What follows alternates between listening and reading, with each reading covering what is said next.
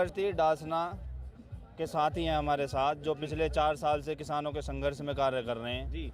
और बहुजन समाजवादी मंच के आह्वान पर गांव नायफल, बयाना, काजीपुरा, महरौली और इकला और डासना के तमाम संघर्ष के साथी आज इस तिरंगा यात्रा और पंचशील की यात्रा के अंदर किसानों के संघर्ष के साथ एक एक क्रांतिकारी साथी उनके कंधे के कंधे से साथ मिलाकर आज बहुत सारे युवा साथी हैं। इसीलिए हम उनके सहयोग के लिए मैं बताना चाहूँगा, किसान रोड़ा ही नहीं, एक पहाड़ की तरह यहाँ पर आ चुका है। कुछ युवा महिलाएं भी हैं। आप कहाँ से आए हैं?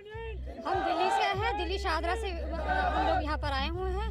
और हमारा मेन मकसद ये है कि आज जो हमारा जो अन्नदाता है, जो पालनहार है, जिसके बारे में एक नारा लगाया गया था कि जय जवान जय किसान, और वही अन्नदाता जो है आज हमारा रोड पे बैठा हुआ है, इतने दिनों से बैठा हुआ है और उसकी कोई सुनवाई नहीं हो रही।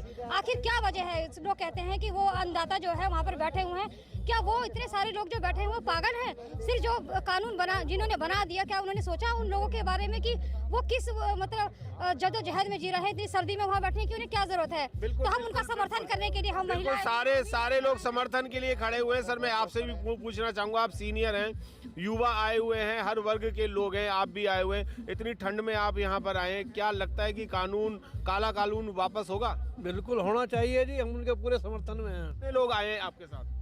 हमारे सैकड़ों लोग हैं जी, सैकड़ों लोग आए हैं। मैं और भी पूछना चाहूँगा, धार्मिक संगठन भी हैं बहुत सारे। सुनील जी, आप भी आए हुए हैं और आप भी पूरे 2-3 दिन से मैं देख रखे हुए हैं, क्या कानून सही है या गलत है?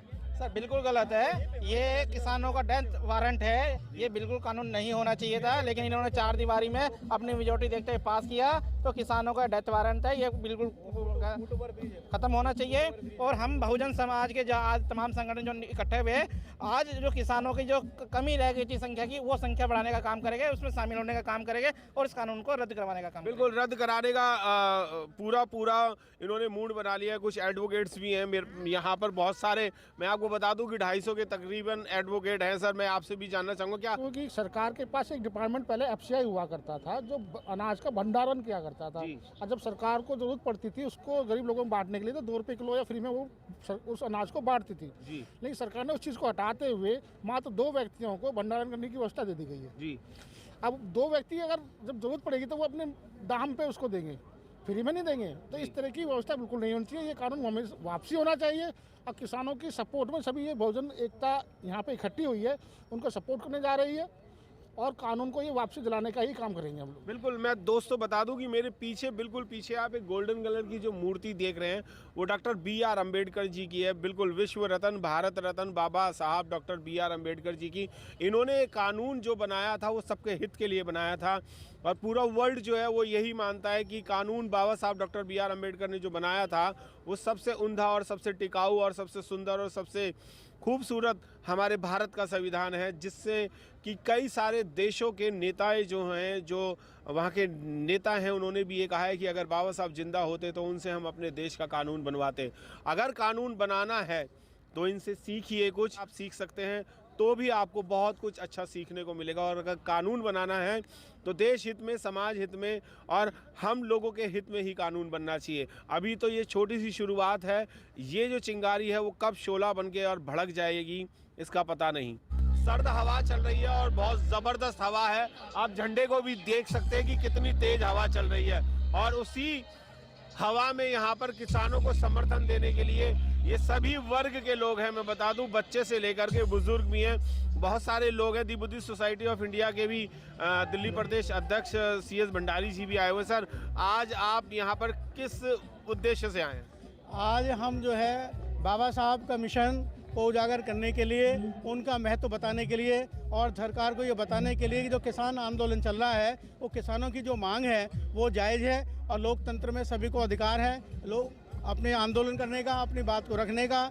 जो ये गवर्नमेंट जो दमनकारी नीति अपना रही है, हम उसके विरोध में सभी लोग इकट्ठे हुए हैं। हमारी Buddhist society of India Delhi Pradesh भी उपस्थित है, और इसमें जो बुद्धिस्ट सोसाइटी के राजरत्न अम्बेडकर जी हैं, वो किसान आंदोलन के समय में उन्होंने भी अपने विचार रखे थे, और उन्होंने भी स्पष्ट किया है कि ये जो केंद्र सरकार है ये लोकतंत्र को ख़त्म कर रही है, संविधान को ख़त्म कर रही है, और नए नए कानून बना करके ये सभी को परेशान कर रही है। जो पहले उद्योगपति थे, जो छोटे उद्योग वाले थे, वो परेशान थे, मजदूर परेशान था और अब एक किसान बचा है, वो किसान भी परेशान है।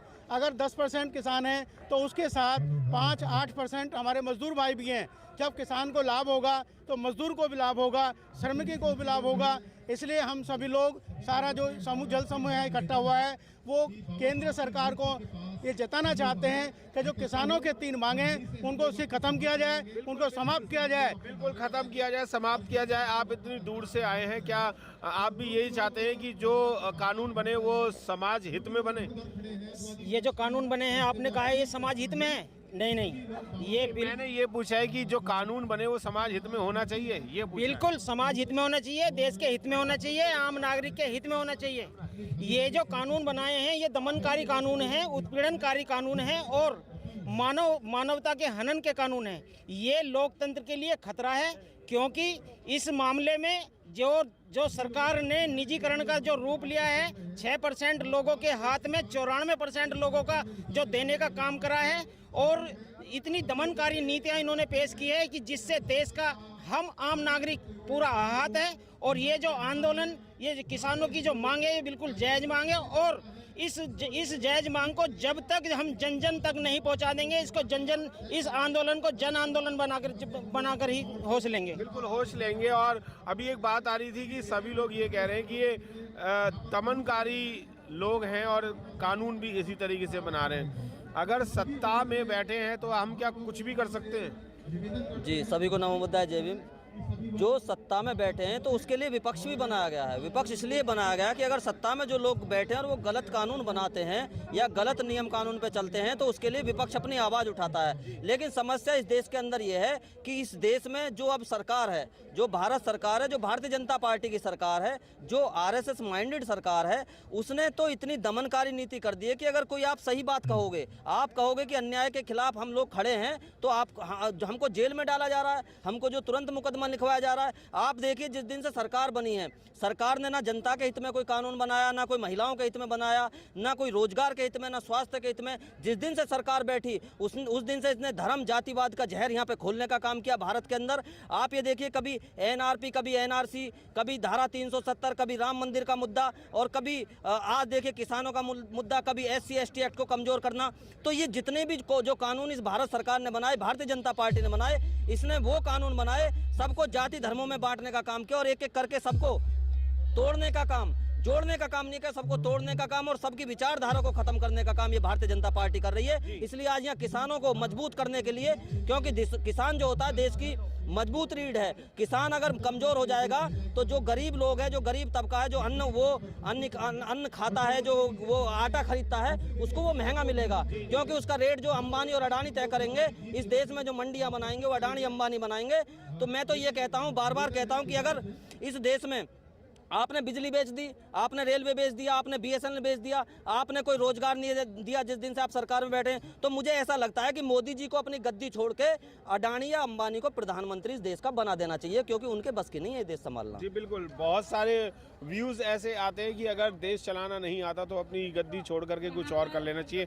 हमारे साथ बहुत सारे बौद्ध भिक्षु भी हैं, मैं उनसे भी आपको मिलाना चाहूँगा। बौद्ध भिक्षु भी यहाँ पर आए हुए हैं इस आंदोलन में समर्थन देने के लिए। और मैं बता दूँ कि कई दिनों से यहाँ पर बौद्ध भिक्षु जो हैं वो डेरे डाला भी बैठे हुए हैं और यहाँ पर सभी लोग जो हैं वो किसानों को समर्थन देने के लिए यहाँ पर आए हुए हैं। मेरे साथ भिक्षु सुमित रतन जी भी हैं, जो कि कई हफ्तों से, कई दिनों से अपना टेंट वेंट लगा करके और अपने बौद्ध भिक्षुओं के साथ वहाँ पर बैठे हैं। सर बंदाई महंते जी, क्या लगता है कि ये कानून वापस होगा, और होगा तो कब होगा, और अभी तक क्यों नहीं वापस हो रहा? मेरे ये 3 सवाल। ये सरकार अभी किसानों को थका रही है, किसान थकने वाले नहीं हैं और मैं 25 दिन से किसानों के साथ खड़ा हूँ और मैं अंतिम समय तक खड़ा रहूंगा जब तक ये बिल वापस नहीं हो जाता। पूरा हम लोगों का संकल्प है और इसी को उद्देश्य के लिए आज सब लोगों ने माटी संकल्प यात्रा निकाली है, जिसका शुभारंभ होने जा रहा है। जी।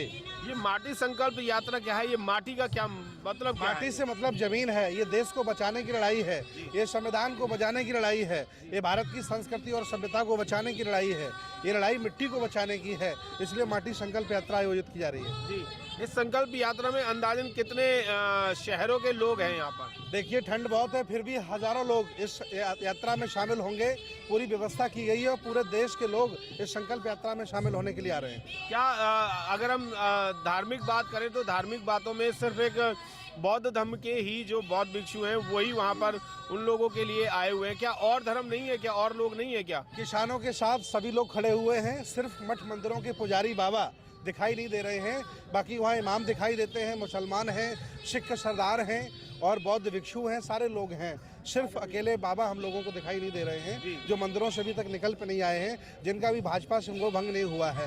मुझे तो ऐसा लगता है कि वो अनाज नहीं खाते हैं, आजकल गोबर खा के अपना काम चला रहे हैं। जी, क्या गोबर खाने से ही काम चल पाएगा, अनाज से नहीं चल पाएगा? उन्हें ऐसा लगता है कि गोबर से वो जिंदा रह लेंगे, इसलिए किसानों का साथ नहीं दे रहे हैं। जी जी, तो किसानों का साथ देने के लिए हमारे पूरे भारत को सामने आना चाहिए या नहीं आना चाहिए? मैं तो कह रहा हूँ IAS, PCS, जजेस, डॉक्टर, इंजीनियर, नेता, विनेता, व्यापारी, सन्यासी, मास्टर, सामाजिक, राजनीतिक, धार्मिक, आर्थिक सभी लोगों को साथ देना चाहिए। और जो साथ नहीं दे रहा है वो मेरे हिसाब से मरा हुआ आदमी है, किसी काम का आदमी नहीं है। जो आदमी देश को बचाने के लिए, संविधान को बचाने के लिए साथ नहीं दे रहा है। क्या इस देश की ये दुर्भाग्यता नहीं है कि जो किसान अन्न दे करके हमारी पेट की भूख मिटाता है और हमें ऊर्जा देता है, उसके लिए भी लोग नहीं आ रहे हैं? तो ये क्या दुर्भाग्यता नहीं है? देखिए, बॉर्डर पर लड़ते हैं किसानों के बेटे, पुलिस में सभी किसानों के बेटे हैं, देश को आगे पहुंचाने वाला श्रमण समाज है, मेहनत का समाज है। और जो बड़े बड़े लोग हैं उनके लड़के तो विदेशों में पढ़ते हैं, इसलिए उनका कोई योगदान भी नहीं है देश की उन्नति में। यहाँ योगदान उन लोगों का है जो श्रमशील लोग हैं, मेहनती लोग हैं, चाहे वो शहीद हों, चाहे वो किसान हों और चाहे वो जवान हों। सभी लोगों को साथ देना चाहिए किसान आंदोलन का, जैसा मैं मानता हूँ। जी, आप जो बौद्ध भिक्षु हैं वो अंदाजन कितने बौद्ध भिक्षु हैं जो इस बॉर्डर पे हैं और भी बॉर्डरों पे हैं? लगभग इसमें 50 बौद्ध भिक्षु अलग अलग बॉर्डरों पर हैं। अभी आप देख सकते हैं लगभग यहाँ 40 भिक्षु इस समय उपलब्ध हैं और सभी बॉर्डरों पर हमारे कल से टेंट लग रहे हैं। सिंगू बॉर्डर पे आज टेंट लग रहा है और गाजीपुर पर 25 दिनों से लगा हुआ है। जी, क्या आप मानते हैं कि मानव एक समान होना चाहिए? मानव एक समान ही होता है। इन्होंने बांट दिया है, जो नालायक लोग हैं, जालिम लोग, इन्होंने बांटा है ना। सभी लोग मानव एक ही समान लोग हैं। बुद्ध ने बहुत पहले कहा है ये कोई जाति नहीं होती है। पाली भाषा में जाति का मतलब होता है जन्म लेना। इन लोगों ने बनाई है, जो लोग सात्र लोग हैं। और किसान आंदोलन सबका है, हमारा धर्म कोई भी हो सकता है, लेकिन हम किसान हैं, आप किसान हैं, सब किसान हैं, तो सब किसानों से संबंध रखते हैं। इसलिए मैं अपील करता हूं सब लोग किसानों का साथ दें और इस किसानों के आंदोलन को सफल कराएं, सरकार को झुकाने का काम करें। जी बिल्कुल, सरकार ने अगर कोई गलत काम किया है तो उसे झुकाने का भी काम करें। और यहाँ के बौद्ध भिक्षु धर्म गुरु जो हैं, बहुत सारे अलग अलग धर्म गुरु जो हैं वो भी यहाँ पर पहुँचे हुए हैं।